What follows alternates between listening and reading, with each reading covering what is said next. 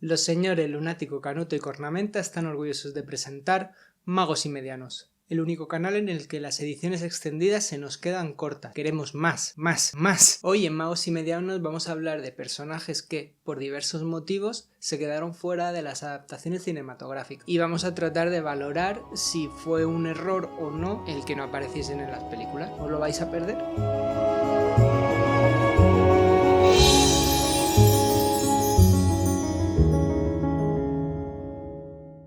Vamos a empezar con uno de los pocos profesores de Hogwarts que no ha aparecido en ninguna película. Y es que estamos hablando del único profesor de todo el plantel que es un fantasma, el profesor Binns. El profesor Binns imparte la asignatura de Historia de la Magia, una de las asignaturas que a todos nosotros nos encantaría tener. En cambio, los alumnos de Hogwarts la consideran una de las asignaturas más aburridas de todas las que tienen. El profesor Binns, que por cierto en uno de los primeros borradores se llamaba Cuthbert, pero esto nunca ha sido corroborado, ya tenía una avanzada edad cuando se quedó dormido en la sala de profesores. Cuando se levantó para dar una nueva clase, había dejado su cuerpo atrás convertido en un fantasma. No me quiero imaginar el susto que se debieron llevar los alumnos en ese momento. Desde entonces ha seguido con su rutina dando clases a todos los alumnos de Hogwarts y provocando la somnolencia en muchísimos de ellos. Realmente, y aunque nos pese a todos, entiendo que no apareciese este profesor en las adaptaciones. De todos los maestros que ha tenido Harry es posiblemente uno de los que menos peso ha tenido a lo largo de toda la saga. También creo que a la hora de presentarlo a la audiencia es una de las asignaturas menos vistosas. Es una asignatura que se aleja bastante de la espectacularidad que pensaríamos de un colegio de magia. Además, se ahorran en los efectos especiales que se tendrían que emplear para crearlo.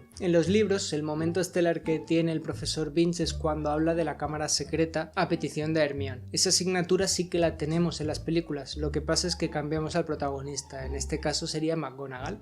Sí, señorita Granger. Profesora, ¿podría hablarnos sobre la Cámara de los Secretos? Otro de los profesores, en este caso profesora, que no ha tenido su adaptación es la profesora Aurora Sinistra, la profesora de astronomía. Pero vamos, que tiene menos peso todavía que el profesor Binns. De hecho, no logro recordar si tiene algún diálogo en los libros. Dejamos de lado a los profesores y vamos a hablar de una de las familias más queridas por todos los seguidores del mundo mágico. Por supuesto, estamos hablando de la familia Weasley, en concreto del único miembro de la familia que no ha aparecido en las películas. Charlie Weasley. Charlie es el segundo hijo de Arthur y Molly, por lo tanto, cuando Harry, Ron y Hermione entran en Hogwarts, él ya ha dejado el colegio, y en esos momentos había empezado a trabajar en una reserva de dragones en Rumanía. Charlie fue un gran buscador y capitán del equipo de Quidditch de Gryffindor. De hecho, se dice que podría haber jugado como profesional. En Harry Potter y la Piedra Filosofal, Charlie ayuda, por lo menos de forma indirecta, a deshacerse de Norberto, el Ridgeback noruego de Hagrid. Bueno, deshacerse no, se lo lleva para Rumanía para que esté junto al resto de miembros de su especie. Sin duda alguna es el miembro de la familia Weasley que menos protagonismo ha tenido en toda la saga. Normalmente siempre está presente en las reuniones familiares como pueden ser el Mundial de Quidditch o la boda de Fleur y Bill, pero nunca ha tenido mayor protagonismo. Por este motivo, y aunque me sepa fatal, entiendo que no haya aparecido en las adaptaciones. Y no me vale como aparición la foto que aparece en El Profeta de toda la familia Weasley. Estaba a punto de avanzar de libro cuando me he acordado de Pips. ¿Por qué nadie se acuerda nunca de Pips? Pips es el poltergeist de Hogwarts. Y me diréis, ¿qué es un poltergeist? Poltergeist es una palabra alemana que podríamos traducirla más o menos como fantasma ruidoso. Básicamente se considera un poltergeist a una entidad invisible que es capaz de mover objetos y crear perturbaciones sonoras. Suele estar asociado a lugares donde vive gente joven, especialmente adolescentes. Por lo tanto, era inevitable que en un castillo lleno de magos y brujas adolescentes apareciese un poltergeist. Además, debido a la naturaleza mágica del lugar, es lógico pensar que ese poltergeist generado fuera más ruidoso, destructivo y difícil de expulsar que aquellos que se generan en las casas muggles. Así que podríamos asegurar que Pips es el poltergeist más problemático de toda la historia de Gran Bretaña. De hecho, es un poltergeist tan potente que ha adquirido forma física a diferencia de sus hermanos. El nombre de Pips proviene de Pip, que significa mal humor, y se llama así porque logra sacar de sus casillas a todos los conserjes de Hogwarts desde el primero, Hankerton Humble. A pesar de ser un agente del caos, muchos alumnos y profesores le tienen cierto perverso cariño a este ente. Pero claro, ellos no tienen que limpiar los desastres que genera. Durante toda la historia de Hogwarts ha habido varios intentos para expulsar a Pips del colegio. El último y más desastroso ocurrió en 1876. Ranculus Carp, el conserje de aquel momento, preparó un plan sin fisuras, de los que a mí me gustan, para capturarlo y echarlo después. Su plan consistía en utilizar como cebo una cantidad de armas irresistibles para Pips y después encerrarlo en un jarrón enorme de cristal protegido con encantamientos antidestructores. Spoiler, salió mal. Pips consiguió romper el jarrón armado con ballestas, trabucos, machetes y todo tipo de armas. El castillo tuvo que ser evacuado cuando empezó a disparar a diestro y siniestro y amenazar de muerte a todo aquel que se encontraba con él. El pandemonium que generó duró 3 días. Es genial. Y no fue hasta que la directora de Hogwarts, Eupraxia Mole, firmó un contrato con él dándole privilegios adicionales. Por cierto, Ranculus Carp se retiró de forma prematura por problemas de salud. En los libros hemos visto a Pip metiendo en líos a Harry y compañía varias veces y siendo el archienemigo de Argus Filch. ¡Te mataré! Eso sí, le hemos visto mostrar respeto a Fred y George durante su escape de Hogwarts y haciendo la vida imposible a la profesora Umbridge. También sabemos que le tiene miedo al varón sanguinario, el fantasma de Slytherin. En cuanto a las adaptaciones, estuvo a punto de aparecer en la primera película. De hecho, a Chris Columbus le encantaba el personaje, pero se quedó fuera por una cuestión de tiempo. Había que acortar la película, que ya se iba a más de 2 horas y media de duración, y de paso se ahorraban en efectos especiales algo de dinero. Pero incluso había un actor contratado para interpretarlo, Rick Mayall, y viéndole la cara, sinceramente, creo que lo hubiese clavado. Hay que reconocer que aunque Pips resulta un alivio cómico muy entretenido y que creo que podría haber funcionado perfectamente en esa posición en las películas, su desaparición no provoca ningún cambio sustancial en la trama. Por lo tanto, y aunque también me duela, entiendo que no haya aparecido en las películas. Avanzamos un poco en la trama y llegamos directamente al Cáliz de Fuego. En los 2 libros anteriores creo que no hay ningún personaje excesivamente relevante que podamos mencionar. Aunque bueno, si me estoy dejando alguno, dejadlo en comentarios. En este libro sí que hay varios personajes recurrentes a lo largo de toda la historia que no tuvieron su adaptación en la pantalla. Estamos hablando de Ludo Bagman y de Winky, la alfina doméstica. Bagman es el jefe del departamento de deportes y juegos mágicos y le conocemos en los mundiales de Quidditch. De hecho, es el que le consigue las entradas a Arthur Weasley para que pueda asistir a él.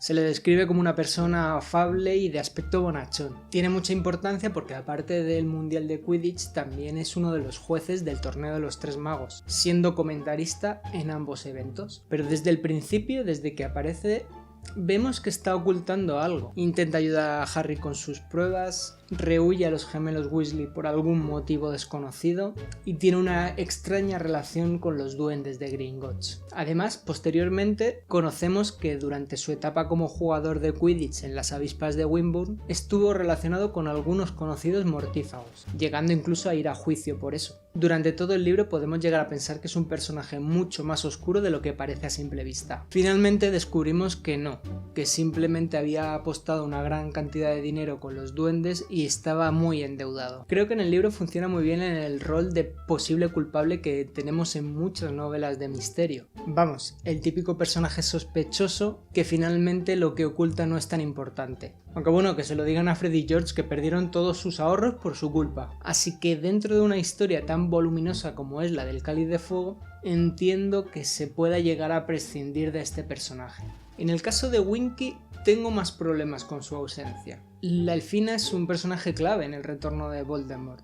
Pero bueno, vayamos por partes. Winky es la elfina doméstica de la familia Crouch, y al igual que con Ludo Bagman, la vemos por primera vez durante los mundiales de Quidditch. Tras la aparición de la marca tenebrosa, nos encontramos a Winky junto a la varita de Harry, y precisamente la varita de Harry se había utilizado para convocar el símbolo de Voldemort. Esto provoca que se le dé la prenda y por lo tanto sea liberada de sus obligaciones como elfina doméstica, siendo eso una deshonra para Winky y realmente para todos los elfos domésticos salvo Dobby. Posteriormente vemos que Winky ha sido aceptada como elfina doméstica en Hogwarts, al igual que Dobby, pero vemos que lo está pasando fatal debido a su expulsión. Al final del libro descubrimos que Winky había convencido al señor Crouch a que dejase que su hijo, Barty Crouch Jr., pudiese asistir a los mundiales de Quidditch. En ese momento, Crouch Jr. Jr. robó la varita de Harry y convocó la Marca Tenebrosa. Tras la liberación de Winky, Barty Jr. había ido ganando fuerzas y resistiéndose al Imperius de su padre, y finalmente el propio Voldemort contactó con él. Tras esto, Barty Crouch Jr. se hará pasar por Ojo Loco Moody y comenzarán todos los eventos que llevarán al regreso de Voldemort. Entiendo que se prescindiese de la Alfina doméstica en la producción, es un plus añadido de efectos especiales, pero sin ella creo que se pierde mucho del background de Barty Crouch Jr.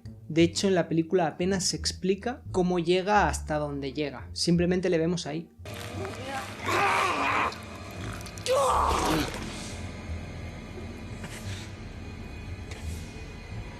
Por lo tanto, creo que sí que es un error prescindir de este personaje. En relación a este caso, tenemos otro personaje que se menciona durante todo el libro, también tiene mucha importancia: Bertha Jorkins. Bertha es otro de los personajes clave en el retorno de Voldemort. Ella había descubierto cuando trabajaba para Barty Crouch que su hijo había salido de Azkaban y estaba preso en su propia casa, y posteriormente, gracias a eso, Colagusano descubrió que había otro mortífago fiel a Voldemort capaz de ayudarles en su empresa. Además, Bertha acabó trabajando con Ludo Bagman y por lo tanto también conocía que se iba a celebrar el torneo de los Tres Magos, así que gracias a ella pueden idear el plan que llevará, como he dicho anteriormente, a que Voldemort regrese. Creo que una mención a este personaje hubiese funcionado muy bien, aunque sea solo leyendo los periódicos, pero es otro de esos personajes que ayudan a que la trama esté bien hilada. Al final, en la película del Cáliz de Fuego, simplemente nos quedamos con el resultado de los sucesos, no sabemos cómo se ha llegado ahí. Creo que eso es un error, porque en cuanto lo piensas un poquito, se te va desmoronando un poco el guión. En Harry Potter y la Orden del Fénix se prescinden de varias tramas bastante interesantes. Curiosamente se trata del libro más voluminoso y en cambio es la película más corta. Pero bueno, ya hablaremos de tramas olvidadas en otro vídeo. Si nos centramos en personajes, aparte de varios alumnos de Hogwarts que en los libros tienen algo más de peso y en la película ni siquiera se les menciona, nos encontramos con el personaje de Marietta Edgecombe, una amiga íntima de Cho Chang. Marietta es realmente la alumna que delata al ejército de Dumbledore y por eso Umbridge consigue desmantelarlo. En la película ese rol lo cumple la propia Cho Chang. Creo que en este caso el cambio es acertado, ya que a nivel de trama funciona de la misma forma, alejando a Harry de Cho, y con esta decisión también te ahorras escenas como la de la cita de San Valentín ahorrando un metraje. A mí me parece un cambio adecuado, no sé qué pensaréis vosotros.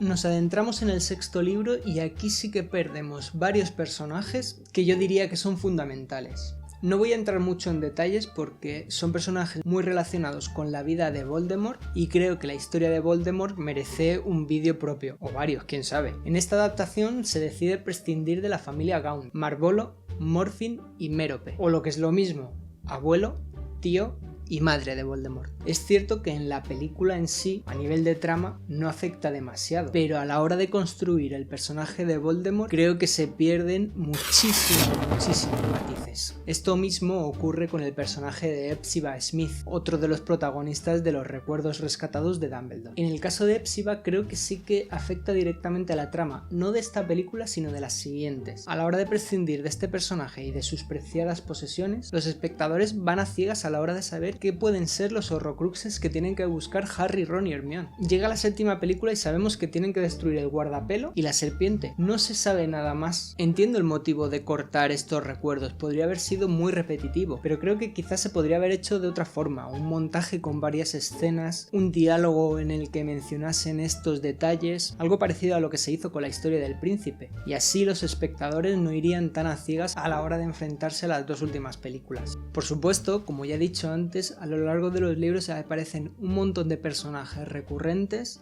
a los cuales se les coge cariño o asco. Ernie Macmillan y Zacharias Smith de Hufflepuff, Dennis Creevy, hermano de Colin, la señora Pince, bibliotecaria de Hogwarts, o Phineas Nigellus, el tatarabuelo de Sirius. Está claro que es una obra muy rica en personajes, así que es lógico prescindir de algunos de ellos en las adaptaciones. Y precisamente de eso quería hablar un poco en este vídeo. Quería ver los motivos de por qué un personaje u otro aparece o no. Estoy seguro que a la hora de escribir los guiones en una saga como esta, se hacen este tipo de valoraciones. ¿Y vosotros?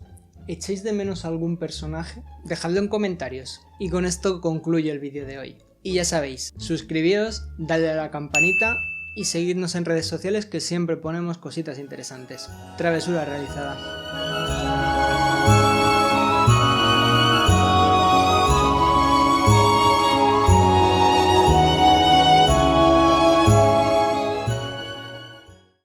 Hoy en Magos y Medianos vamos a hablar de personajes que se quedaron por diversos motivos fuera de las adaptaciones.